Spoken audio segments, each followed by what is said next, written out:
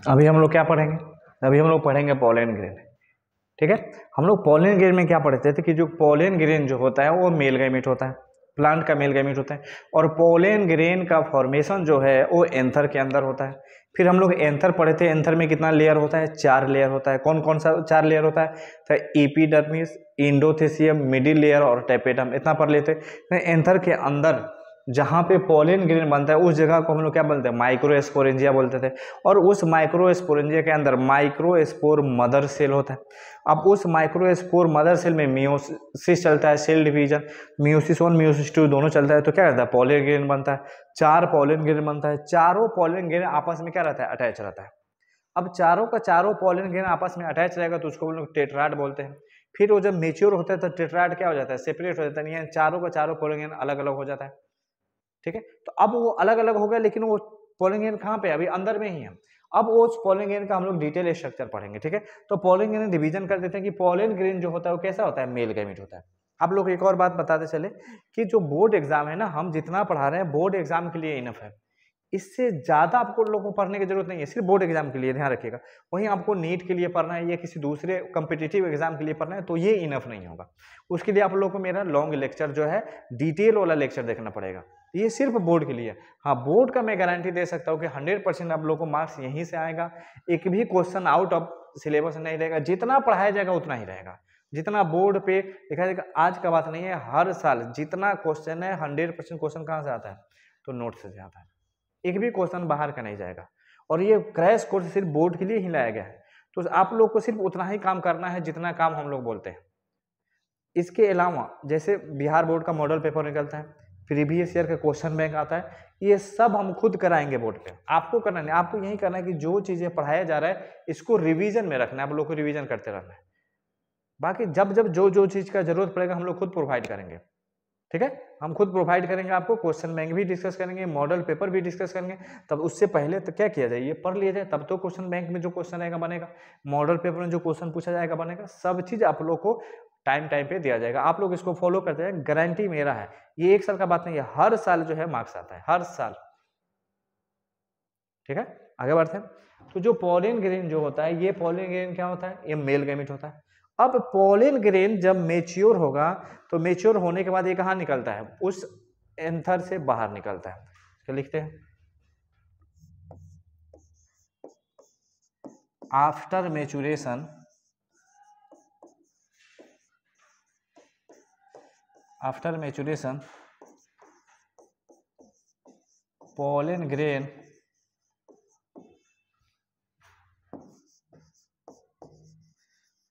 Release from anther.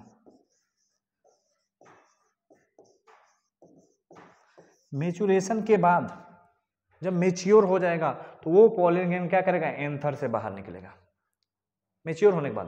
तो जब anther से बाहर निकलेगा, इसमें देखा गया तो पोलन ग्रेन में कितना लेयर था? 2 लेयर था।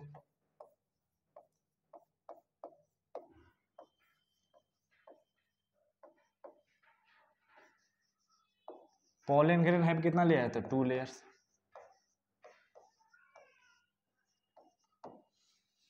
पोलन ग्रेन में कितना लेयर होता है? 2 लेयर। एक होता है आउटर लेयर, एक होता है इनर लेयर। बहुत इंपॉर्टेंट है।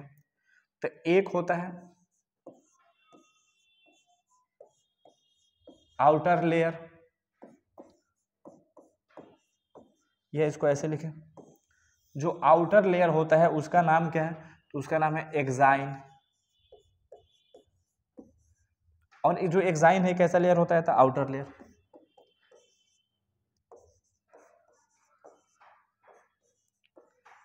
जो बाहर का लेयर है उसका नाम क्या है? एक्साइन।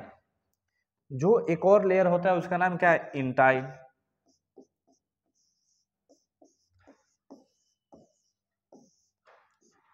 ये कैसा होता है? Inner layer.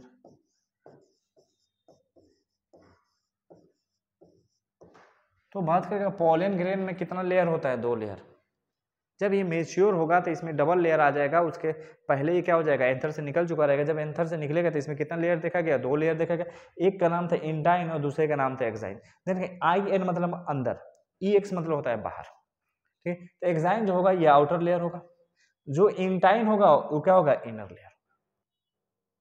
इंटायर कैसा लेयर होगा, इनर लेयर, और जो एक्साइन होगा कैसा लेयर होगा, आउटर लेयर। अब देखिए यहाँ पे कहानी, जो एक्साइन होगा ये क्या होता है, it is outer most layer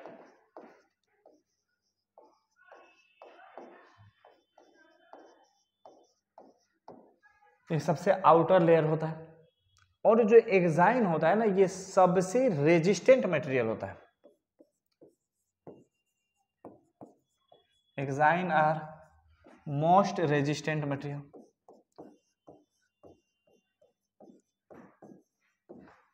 resistant organic material.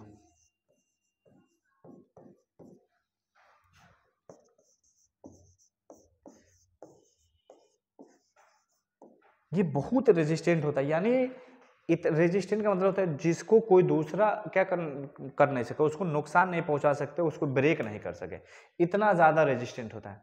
कितना ज़्यादा रेजिस्टेंट होता है, तो ध्यान रखिएगा ये बहुत ज़्यादा रेजिस्टेंट होता है।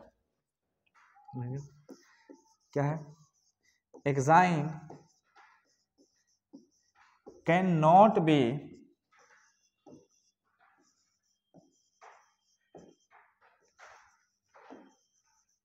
degraded by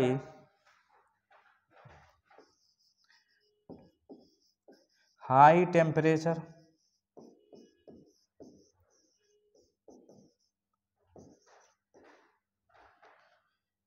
high temperature, high acid, high base,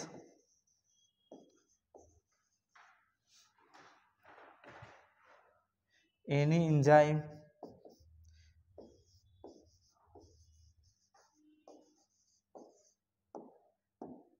बहुत इंपॉर्टेंट है कि जो एक्साइन होता है ये इतना रेजिस्टेंट होता है, इतना हार्ड मटेरियल होता है कि ये हाई टेम्परेचर भी इसको डिग्रेड नहीं कर सकता है, मतलब तोड़ नहीं सकता है, जला नहीं सकता है।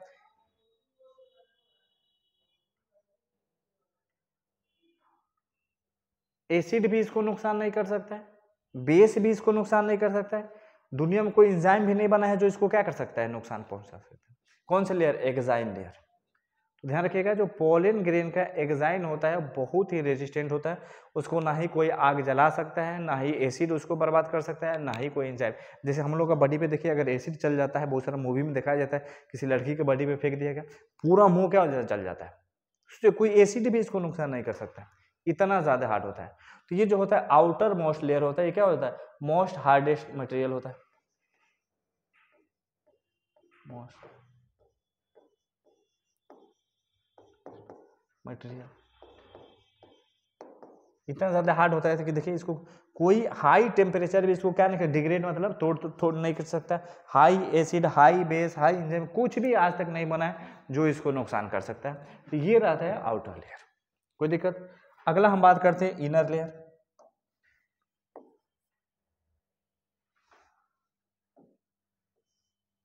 अब जो आउटर लेयर होता है वो इतना हार्ड क्यों होता है, क्वेश्चन यहाँ पे अराइज होता है कि जो आउटर लेयर है ये इतना हार्ड क्यों होता है, एक्साइन इतना हार्ड क्यों होता है। तो उसका रीजन है क्योंकि एक्साइन जो है वो बना होता है किसका, तो ध्यान रखिएगा एक्साइन किसका बना होता है, बहुत इंपॉर्टेंट है।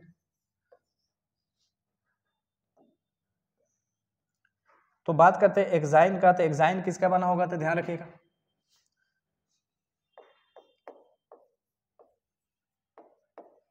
Exine are made up of, किसका बना होता है, एस्पोरोपोलेनिन।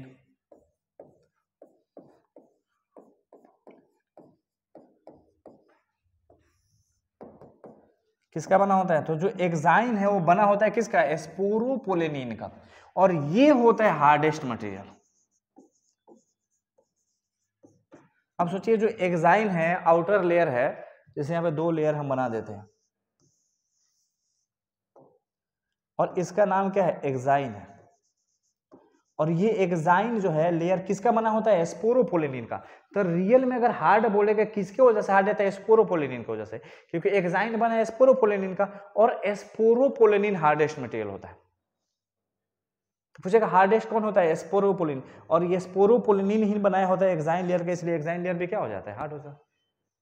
तो देखा, तो पूछेगा एक्साइन जो है हार्ड क्यों होता है, क्योंकि exine are made up of sporopollenin, और स्पोरोपोलिनिन दुनिया का सबसे क्या होता है, हार्डेस्ट मटेरियल होता है। तो इसलिए बोला जाता है कि एक्साइन का लेयर भी क्या होगा, हार्ड होगा। जैसे यहाँ पे देखिए ये क्या होगा, तो एक्साइन हार्ड इसलिए होगा कि एक्साइन किसका बना होगा, स्पोरोपोलिनिन का। एक्चुअल में हार्ड कौन होता है, तो स्पोरोपोलिनिन होता है, और स्पोरोपोलिनिन क्या करता है, एक्साइन को बनाता है, इसलिए एक्साइन लेयर भी हार्ड हो गया। ठीक है, तो स्पोरोपोलिनिन किसका बना होता है, तो sporopollenin are made up of, ये जो exine are made up of sporopollenin, और स्पोरोपोलिनिन दुनिया का सबसे हार्ड मटेरियल होता है, और स्पोरोपोलिनिन को आज तक कोई नहीं डाइजेस्ट कर सकता है, ना ही कोई टेम्परेचर उसको क्या जला सकता है, ना एसिड नुकसान कर सकता है, ना ही बेस कर सकता है। तो एक्साइन किसका बना होता है, तो स्पोरोपोलिनिन का बना होता है, और स्पोरोपोलिनिन दुनिया का सबसे हार्डेस्ट मटेरियल होता है। कोई दिक्कत, तो इसकी जगह पे ये लिख सकते हैं, ये इसके बना हुआ है, तो बात वही है। चलिए यहाँ पे देखें, exine are made up of sporopollenin, और स्पोरोपोलिन क्या होता है, सबसे हार्डेस्ट मटेरियल होता है। कोई दिक्कत, तो एक्साइन हम लोग पढ़िए, एक्साइन किस कैसा लेयर होता है, आउटर लेयर है, किसका बना है, स्पोरोपोलिनिन का, और स्पोरोपोलिन सबसे हार्ड है, इसलिए एक्साइन भी क्या हो जाता है, हार्ड लेयर हो जाता है। कोई दिक्कत, आगे हम लोग नेक्स्ट चलते हैं। नेक्स्ट एक्साइन के बाद हम लोग पढ़ेंगे इंटाइन, सेकेंड लेयर।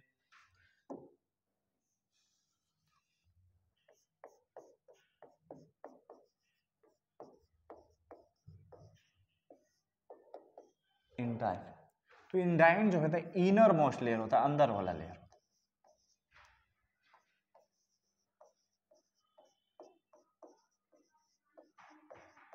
ये उतना स्ट्रॉन्ग नहीं होता है, क्योंकि अब इंटाइन किसका बना होता है, ध्यान रखिएगा, intine are made up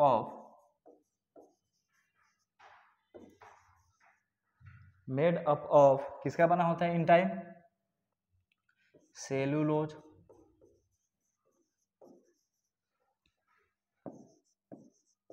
and pectin.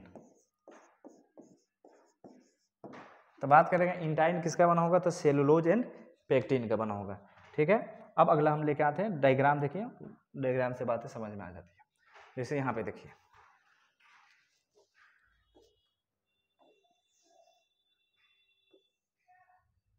Diagram में आप लोगों को क्लियर दिख रहा होगा।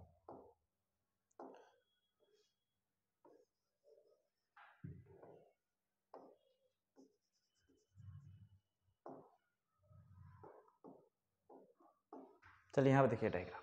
अब ये जो है एक सेल बनाया गया है, कौन सा, पोलन ग्रेन। तो ये पोलन ग्रेन सेल में देखिए ये एक्साइन लेयर है, और ये एक्साइन किसका बना होता है, मेड अप ऑफ स्पोरोपोलिनिन,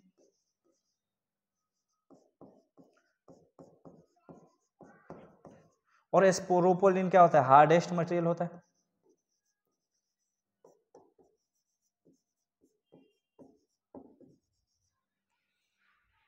को देखिए स्पोरोपोलिनिन है, और ये जो है इंटाइन है, ये किसका बना होता है, तो सेलुलोज एंड पेक्टिन।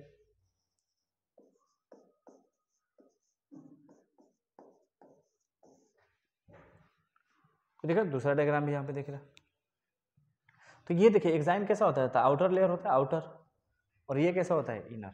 याद रखना, आई एन का मतलब होता है इनर, इनर में इसलिए तो आई एन इंटाइन, और ई एक्स एक्साइन, तो ये होता है बाहर, ई एक्स मतलब जो बाहर हो गया। ठीक है, तो ये एक्साइन और इंटाइन का डायग्राम है कि जो पोलन ग्रेन होता है जब ये मेच्योर हो जाता है तो इसमें दो लेयर आ जाता है, और एक लेयर का नाम है इंटाइन, दूसरे का नाम है एक्साइन। इंटाइन अंदर वाला लेयर है, एक्साइन बाहर वाला लेयर है।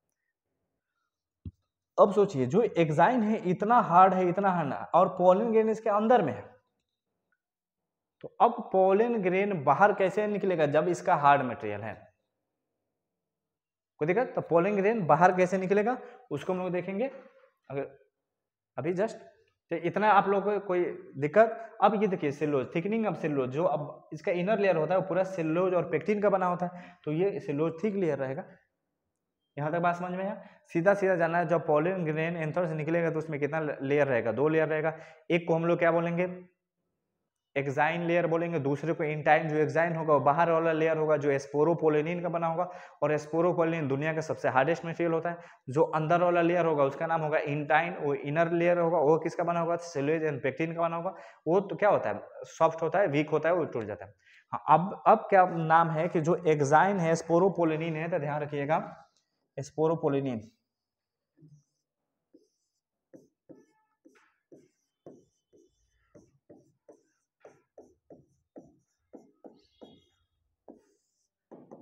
स्पोरोपोलिनिन की क्या कहानी है, हाई टेम्परेचर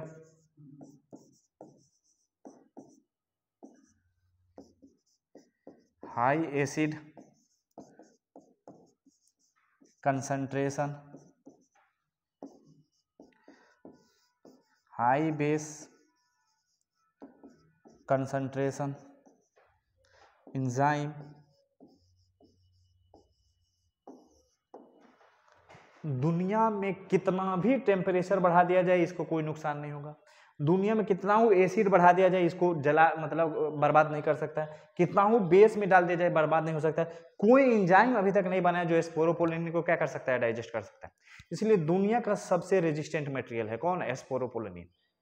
यहाँ तक कोई दिक्कत। और ये प्लांट बनाता है, इसीलिए प्लांट का जो सेल है कभी कभी क्या करता है ना, लाखों लाख ईयर्स रह जाता है, उसको फॉसिल्स बोलते हैं। किसको वजह से होता है, स्पोरोपोलिनिन की वजह से। अब ये स्पोरोपोलिनिन क्या बनाता है, तो स्पोरोपोलिनिन बनाता है एक्साइन। इसलिए एक्साइन भी हार्ड होता है, एक्साइन हार्ड होता है क्योंकि ये स्पोरोपोलिनिन का बना होता है। यहाँ तक कोई दिक्कत, ठीक है। आगे का बात हम लोग पढ़ेंगे।